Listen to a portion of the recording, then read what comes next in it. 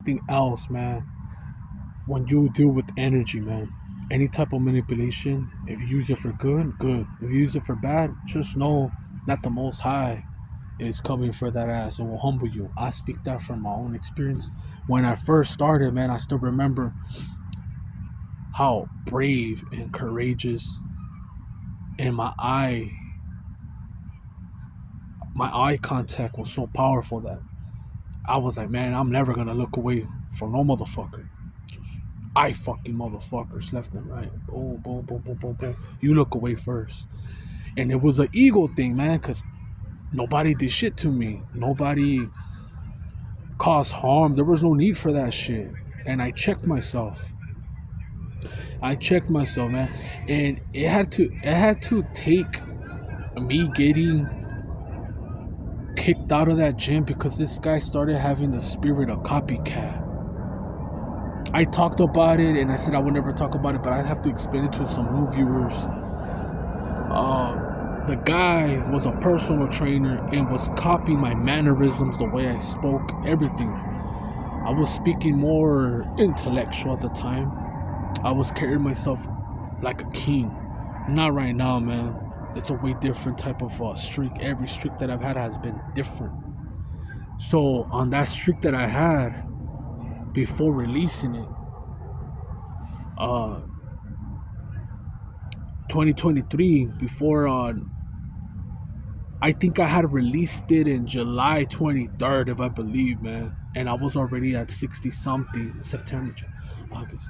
I was like at 60 something days. I cracked, I folded, and there was two reasons that I released. I was being a bitch. One of them, my excuse was, oh, I got rejected. And out of those years before 2023, I only went up to one or two chicks. And that I wanted. Not that threw it at me. That I wanted and they didn't want me back. But the one that rejected me harsh at the gym, and I mean harsh because there was no need for that. She kept parking next to me. She kept following me, telling me hi, good morning. And I felt that the ant wanted some, but I wasn't into the ant. And that's why when these mentors tell you, oh, go for the one that goes for you, they're being real, man. They're being honest. Go for the ones that fuck with you, that you attract. You're gonna notice any subtle signs when women talk to you, that go in your vicinity, that want to get close to you, that touch you, that compliment. Oh, I like your smell, whatever.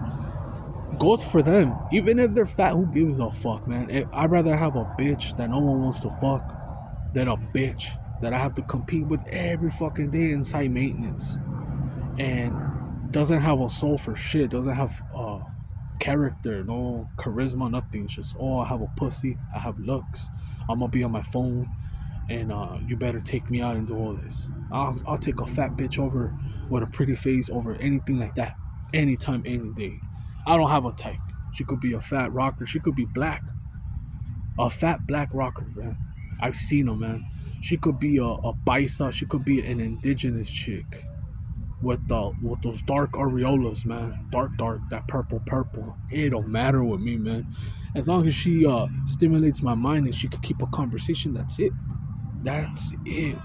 If you can't communicate or things just get real awkward, it's like it sucks, man, because it's like someone or both of you are thinking too much to say the correct answer or say the right thing or are walking on eggshells. So no one's being real and authentic. There's no real click.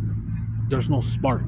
It's bullshit. Everyone's scared to say the wrong thing or are being strategic or are either using each other. But I don't have a type, and I'll take a fat bitch with a pretty face over a bad bitch with no soul, doesn't think for herself, and expects everything handed to her just because of her looks. And I'm not knocking it. If you have it, take advantage because those things fade away, man. If you have leverage now, go ahead, take advantage. But the looks will fade.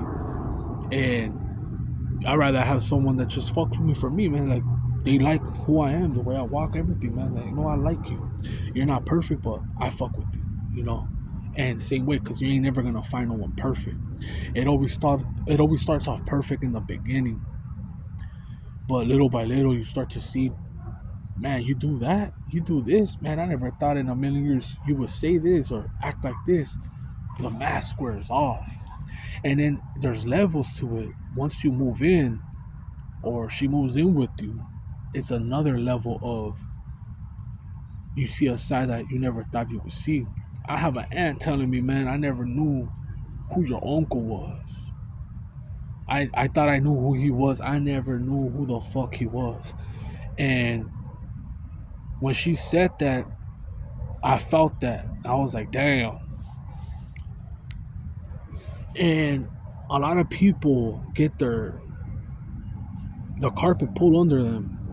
These are little magic tricks from people that they thought that they knew all along. They get married, they trust each other, they have a bank account, a joint account, and all of a sudden, for whatever reason, someone cheats or someone puts a insurance, a death insurance. Something happens and they try to take you out. So don't tell me it doesn't happen. Be wise. Try to get someone that fucking fucks with you, especially on semen retention, that doesn't have a motive. Of course, I'm not telling you to be a fucking bum and not work and have goals. Everyone should aim for something that they're good at. Like if you haven't figured that out, just set a goal for something that you pique interest, that you think that you have potential to be above average. Above, not average, above average. So you could get some momentum and spark and have enthusiasm in what you do. And I'm telling you this because in semen retention, I don't know, man. Like when I was playing basketball, I was hitting all of my jumpers, and I was thinking to myself when I was hitting these jumpers, because it all made sense when I would even go to the workplace, when I would fap all the fucking time. Bad shit would happen to me, and I didn't realize this pattern. It took me a long time to break this cycle, but I was able to break it.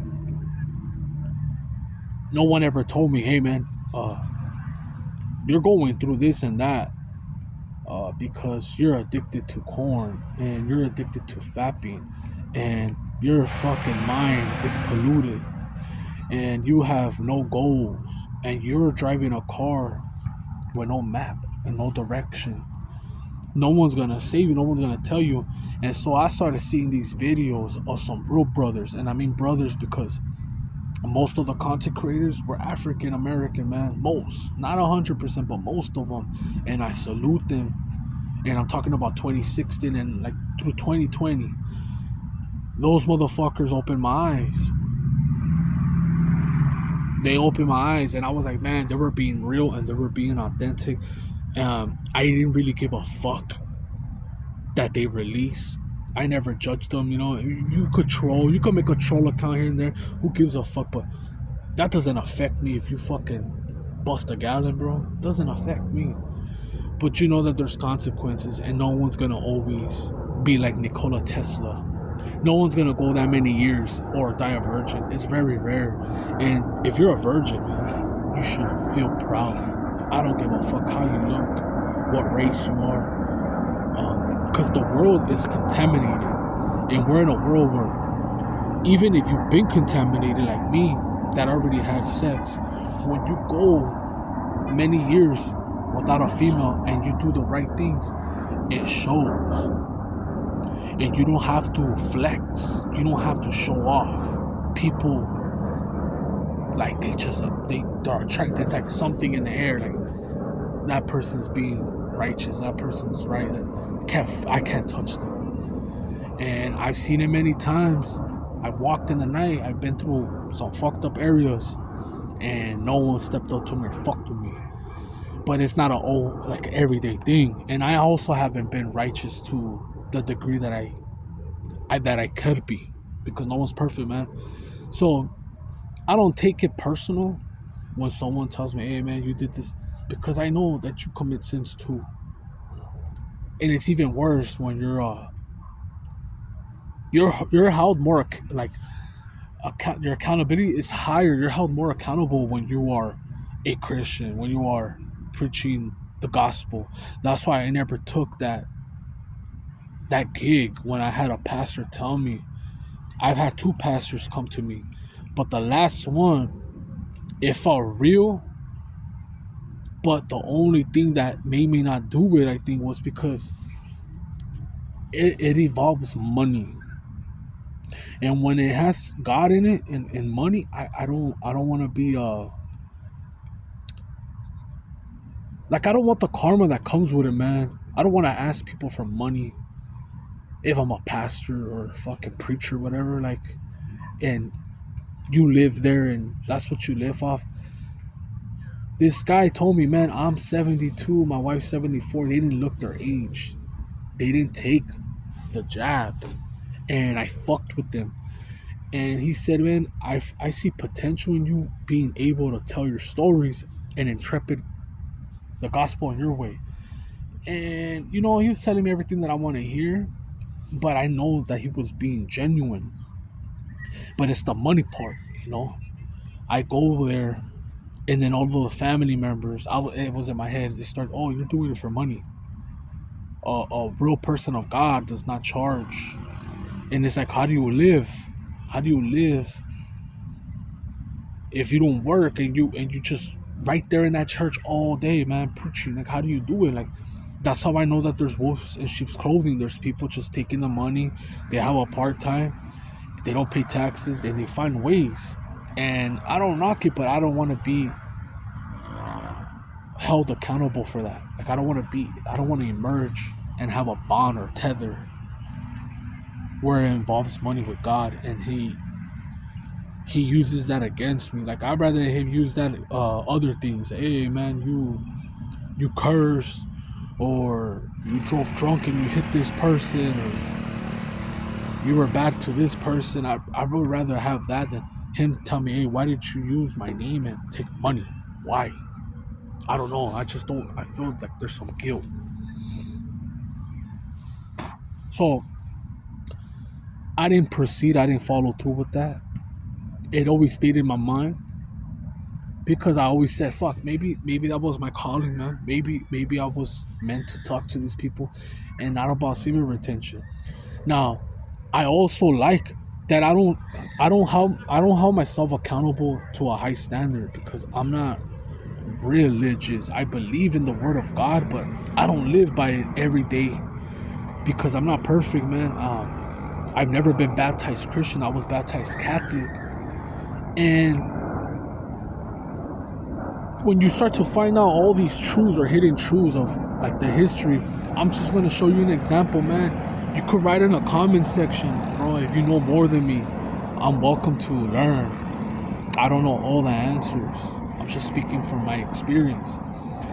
I have heard many times from different YouTubers, different people in life that try to school me about this shit, telling me that King James killed his own mother and wrote the Bible, and also made a book called Demonology. If that's true, then what's up, man? What's up with it?